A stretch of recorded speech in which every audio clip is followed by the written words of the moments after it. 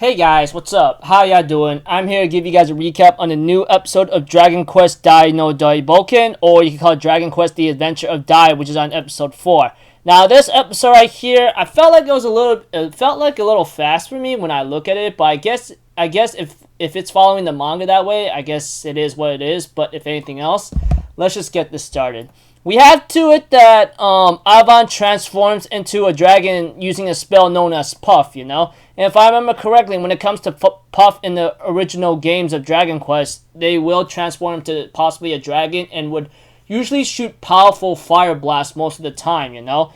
But that is what Avon is shown to do when he was in his dragon form, and he gives Dai the chance to use a wave slash that he's able to do and damages Avon's nose and forced him to go back into human form.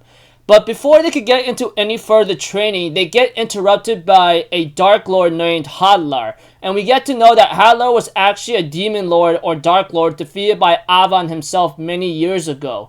And Avon, unfortunately, since he's a little exhausted from his previous training with Dai, you know, he can't seem to fight against Hadlar at full power. And he struggles greatly against him, against a Sizzle and a Kaboom whatsoever.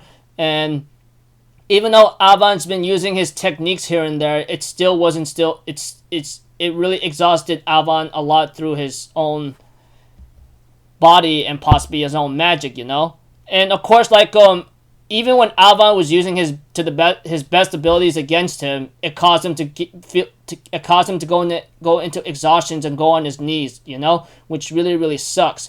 Hadlar did offer him a chance to rule half the world, you know, but Avon's like, no, I'm not interested, you know, which is only natural. I mean, why would you want to rule the whole world through tyranny and darkness, you know, etc.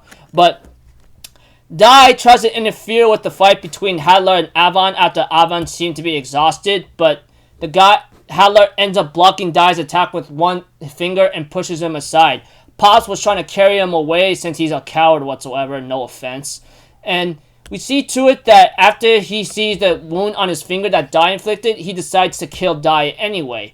And he ends up using a powerful Kaboom blast or a sizzle, or a fire blast technique. And of course Avon took the blow to the back, and it looks like to me he really took a lot of damage there. And preview of next episode is going to be called the Insignia of Avon and etc. Now, when it comes to to this episode right here, it reminds me a lot of when you usually play a certain game of Dragon Quest, you know, and I know I'm not supposed to be making too many references here and there. There's always going to be minions of the Dark Lord here and there, etc. Now, I forgot to give the information that Hadlar, the moment he was defeated, he was resurrected by a powerful dark god, apparently not known as the Vern whatsoever. His name is Vern the Dark King. He is the one that resurrected Hadlar after his defeat, and it took a decade for Hadlar to regain his power whatsoever. And right now, you know, I guess he's just only a right-hand man or just a servant for now. I guess that's how you could call it, I guess, because, you know, Dark Lords will always have powerful minions that will help them out through their conquest of conquering everything around the world, you know? I mean, we all know that. We've seen that.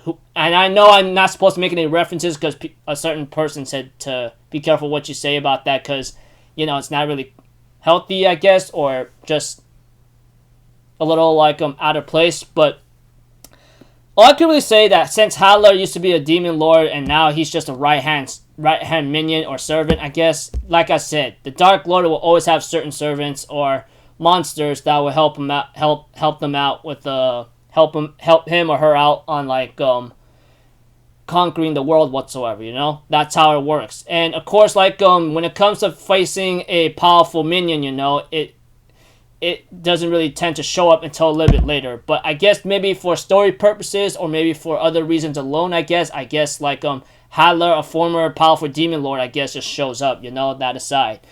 But you know, preview next episode, it's called the Insignia of Avon, and it looks like to me Dai's gonna fight again, etc. And I'm looking forward to see him in action because, you know, he's the main character, obvious from the get-go, and, you know, when it comes to any hero in any of the Dragon Quest game, they tend to be very powerful.